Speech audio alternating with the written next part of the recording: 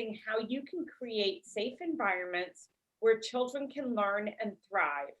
Thank you for joining us on Feeling Safe and Confident with Principal Johanna Even from Arizona State University Prep. Dr. Johanna Even is in her second year as the principal of Arizona State University Preparatory Academy in Phoenix, Arizona. ASU Prep is a K through 12 public charter school in downtown Phoenix with over 1,300 students. Dr. Even has 29 years of experience in urban education, beginning as a bilingual elementary teacher in Los Angeles, California, in the year of the Rodney King riots. She has 10 years of experience as a school principal in schools in Massachusetts as well as Arizona. She has also held several roles focused on school leader coaching and management in charter networks in districts in Texas, Massachusetts, and New York. So we will be live for the next 15 minutes. Feel free to join in and ask our expert, Dr. Evans, any specific questions you have, and thank you for being here. So Dr. Even, as a school leader, how do you approach your responsibility for school safety? So obviously, as a school leader, the most important, I have the tremendous responsibility. Families entrust their children to me and my staff every day, and I want my families to feel safe sending their child to school. And so I always tell my staff and myself, safety first, right? The most important thing that we do first is make sure that everybody's safe. And when I think about safety, I think about first, obviously, physical safety, making sure we have good plans to ensure any threats that might be on campus, that we are prepared for emergencies, that we're creating, routines and procedures. We have 1,300 students here. So just, the way everybody moves about the building, we've got to make sure that those things are safe. And that, so really, I think first about that physical safety, but also equally important is the social emotional safety of our students. And, in addition to the focus that we obviously pay to our academic programs, we must build programming that supports the social emotional needs of our students and creates a community in which every student has those emotional intelligence skills and knows how to manage their emotions, and also is, that we're helping to create a place in which students understand about bullying, how to not be a bystander, how to support and build a community that is bully-free.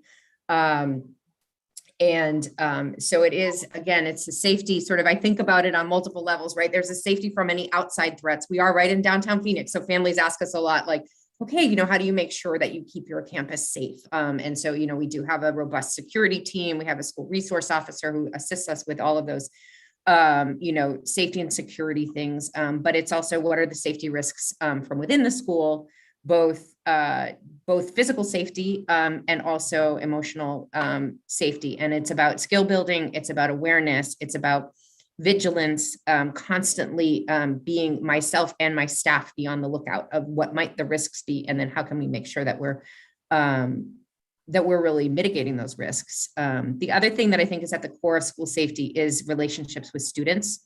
So we really work hard. We have an school-wide advisory program, and we're implementing a social emotional learning program called Ruler out of Yale University. And we talk about every child should have at least one trusting adult here on campus, because most of the time, our best eyes for any potential safety risks are our students. And so if they trust us and they know to come to us, then we will be much better equipped to support our students in mitigating any risks that might be there.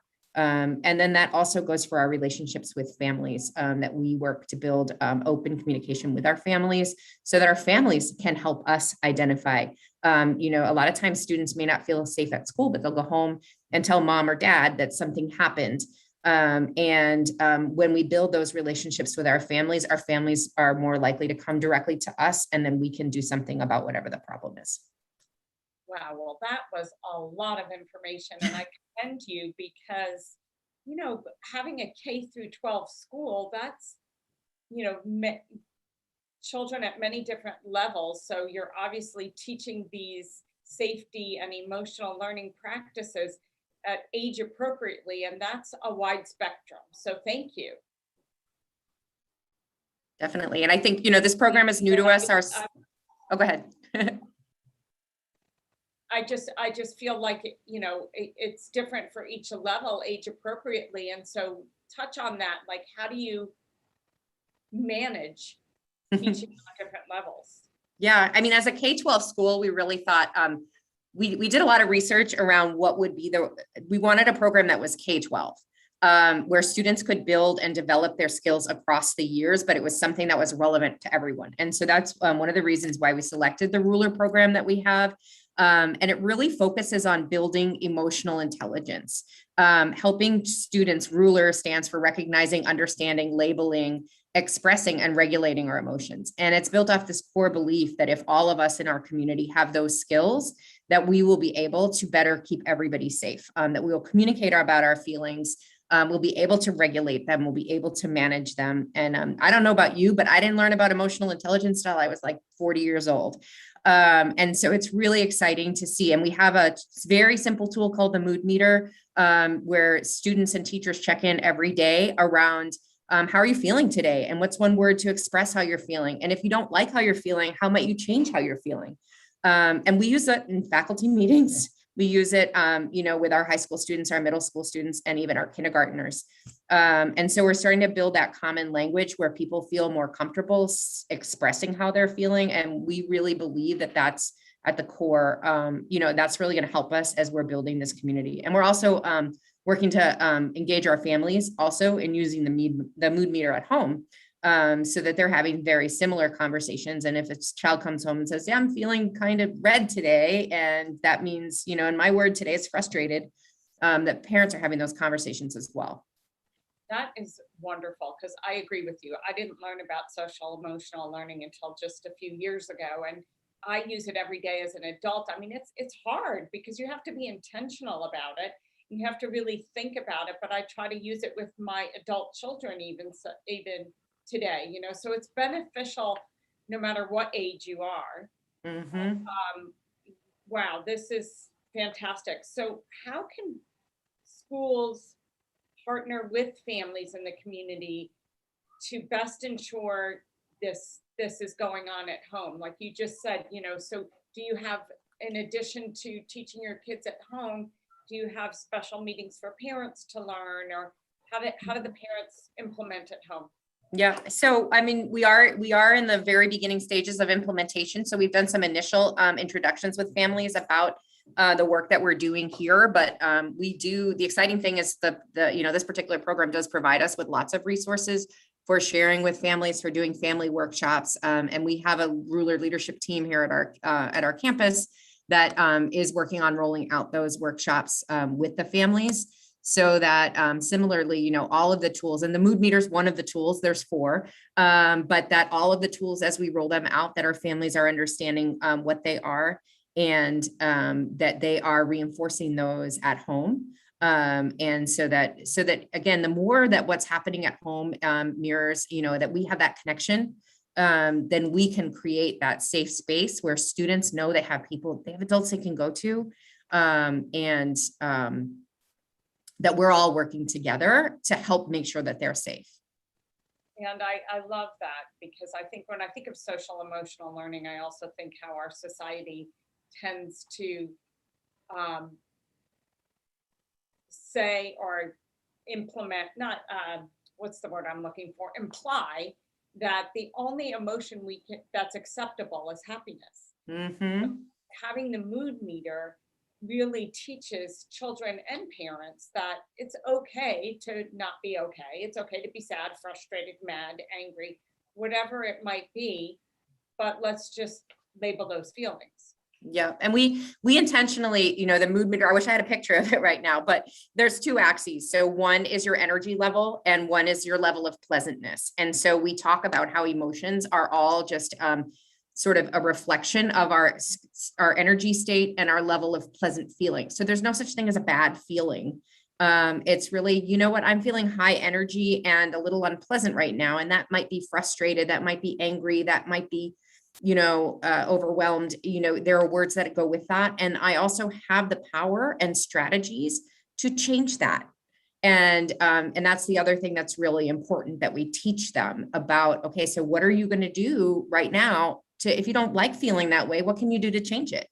And they learn those skills to actually change their mood if they are not comfortable with how they're feeling. But it empowers the child. It's not, it's not somebody else isn't going to fix it for you. You have to learn how to fix it yourself. Right. And I think that it's such a beneficial tool because in the end, what we can only control ourselves, right? We can't control the people or what's going on around us that might be changing the mood, but we can adjust how we handle it. And so I commend you that, you are implementing this K through 12, that it can be reinforced year after year. And is this the very first year, did you say, that you're implementing it? Our team went through a training last spring. And so this is our first official year of implementation. We did a little bit of work with it last year in some of our advisories, but this is really our first year full school-wide implementation. Yeah. What a perfect year. And also, for sure. How interesting it will be in 5 years to see how kids have, really incorporated this into their everyday lives and family.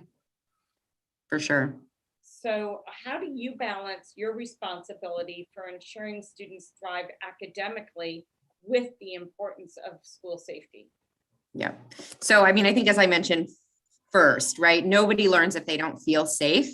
And so we always send the message safety first. We work as a team though, so that it's really, really important that we're identifying what those safety risks are, that we're communicating with each other, and that we're doing everything that we can to ensure that our campus is safe.